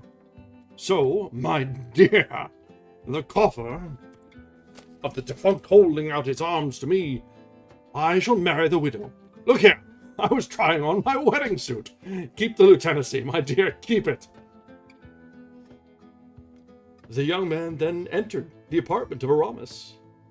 He found him kneeling before Prie-Dieu, with his head leaning on an open prayer book. He described to him his interview with the cardinal, and said, for the third time, drawing his commission from his pocket, You, our friend, our intelligence, our invisible protector, accept this commission. You have merited it more than any of us by your wisdom and your counsels, always followed by such happy results. Alas, dear friend, said Aramis, our late adventures have disgusted me with military life. This time, my determination is irrevocably taken. After the siege, I shall enter the house of the Lazarists. Keep the commission, D'Artagnan. The profession of arms suits you. You will be a brave and adventurous captain. D'Artagnan, his eye moist with gratitude, though beaming with joy, went back to Athos, whom he found still at table contemplating the charms of his last glass of Malaga by the light of his lamp. Well, said he, they likewise have refused me. That, dear friend, is because nobody is more worthy than yourself. He took a quill, wrote the name of D'Artagnan in the commission, and returned it to him. I shall then have no more friends, said the young man. Alas, nothing but bitter recollections. He let his head sink upon his hands, while two large tears rolled down his cheeks. You are young, replied Athos, and your bitter recollections have time to change themselves into sweet remembrances. That brings us to the end of chapter 67, conclusion. That leaves us with only the epilogue, and it's a very short one, so we'll be a very small bit over time. The epilogue. La Rochelle, deprived of the assistance of the English fleet and of the diversion promised by Buckingham, surrendered after a siege of a year. On the 28th of October, 1628, the capitulation was signed. The king made his entrance into Paris on the 23rd of December of the same year. He was received in triumph, as if he came from conquering an enemy, not Frenchmen. He entered by the Faubourg Saint-Jacques under verdant arches. D'Artagnan took possession of his command. Porthos left the service, and in the course of the following year married Madame Coquenard. The coffer so much coveted contained 800,000 livres. Pretty good. Mousqueton had a magnificent livery, and enjoyed the satisfaction of which he had been ambitious all his life, that of standing behind a gilded carriage. Aramis, after a journey into Lorraine, disappeared all at once, and ceased to write to his friends. They learned at a later period, through Madame de Chevreuse, who told it to two or three of her intimates, that, yielding to his vocation, he had retired into a convent, only into which nobody knew. Bazin became a lay brother. Athos remained a musketeer under the command of D'Artagnan until the year 1633, at which period, after a journey he made to Touraine, he also quit the service, under the pretext of having inherited a small property in Roussillon. Grimaud followed Athos. D'Artagnan fought 3 times with Rochefort, and wounded him 3 times. "I shall probably kill you the 4th, said he to him, holding out his hand to assist him to rise. "It is much better both for you and for me to stop where we are," answered the wounded man. "Corbleu! I'm more your friend than you think, for after our very first encounter, I could, by saying a word to the cardinal, have had your throat cut." They this time embraced heartily, and without retaining any malice. Planchet obtained from Rochefort the rank of sergeant in the Piedmont regiment.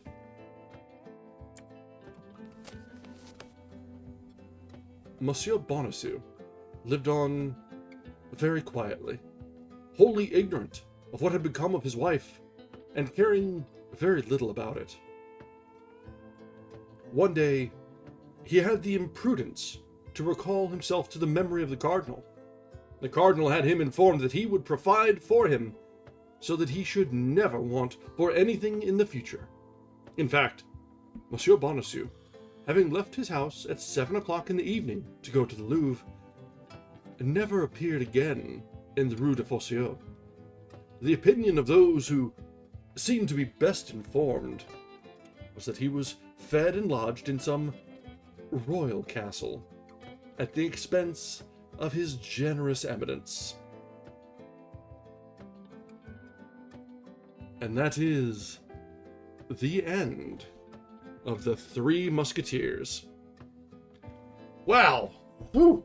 15 parts. This was our longest session by, I think, by 2 or 3. Mysterious Island ran over a dozen, but not much more than that. This was good. I enjoyed this one a lot. More than I thought I would. I've always been somewhat familiar with the Three Musketeers, having seen some of the adaptations, at least in passing, over the years. But this one, reading it in the source, was really good. The translation was fantastic, honestly. You wouldn't, aside from the plethora of names, you wouldn't be able to tell that this wasn't an originally an English novel. It was such a fantastic translation. I have to see who translated this. Because I am baffled at how good this was.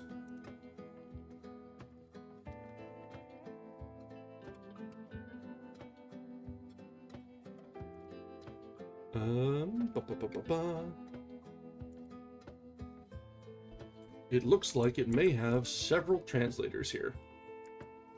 Oh, was it only 11? So yeah, this is fair and goodly, our longest. So it looks like the translator, so either it was a secondary author, Auguste Moquet, or it was translated by, oh no, I think it was this group here. John P. Roberts III, Roger Labb, Scott David Gray, Sue Ashler, Anita Martin, David Muller, and David Widger. Oh, Lamort Arthur was 11 too. Wow. Okay. So, this is much longer than I thought. But in a different way. I mean, Mysterious Island was fun. It was an exciting read, but we were still pretty fresh with this. So, I wasn't getting quite as emotive as I did for Three Musketeers. And Lamort d'Arthur was exceedingly dry. Really, about half of the enjoyment we got from Lamort d'Arthur was lampooning Gawain. And let's be honest, that was pretty fun. But, I mean, that's not to degrade either of them. But yeah, that was a good-sized translation staff, and they did fantastically. Honestly, this is probably one of the best translations I've seen, because it felt beyond natural. It just was good. Yes, still better than Walden. Indeed. Better than Walden, indeed. All right, so we are a little over time tonight, so we'll cut our reminiscence a little short. But, so we'll be, let's see, we've got, well, since we finished this on Tuesday, we're coming right into a weekend reading this on Friday. So we could either do something short on Friday or just jump right into a new project. And honestly, I don't know how much of a backlog I've got. I was wanting to do some Dumas, and that was hanging around in the backlog. Let's see. I don't want to start, what? Probably around about halfway through September, I've got plans. To get into like October spooky season stuff. We're probably I'm thinking Bram Stoker would be wonderful to start around late September and get us into October. So that's in the books. That's gonna happen. And then I've got some plans for December season. There's obviously good things there, but there's a little bit of gaps. So I'm gonna need to poke around for some different projects. Obviously, we can do some little bits here and there. So we've got more Lovecraft. There's other short stories and things that we can read, or just relatively shorter novels. So there's a lot we can go into. We can probably, to fill September and October, depending on how long it takes to finish those things, because we've got Poe to pull from too. Let's not forget. Like between Bram Stoker and Poe, we are set for October and September. So that's not a worry there. We just need to get to that. So if we can get through August, we'll be good. So, as always, I'll go ahead and make a post over on Bluesky, say we're open to suggestions, and in the meantime, I'll look through my own perusal of either backlogs or things I've read once upon a time and think they warrant another attention. But if you've got any ideas, go ahead and drop them in our chats, whether they be over on Bluesky, Discord, comment on videos, wherever. I'm eminently available. But until then, thanks for sticking with us for this long set reading of The Three Musketeers. I had a lot of fun with this one, and I hope you guys did too. If you have not yet, I encourage you to drop a like on the stream, subscribe to the channel if you haven't yet, so we can grow our little community. This little book club is getting to be pretty fun. All of our videos are in the backlog, are in the archive, so always feel free. Skip a night if you have to. Catch back up on the VOD. I'm good background noise.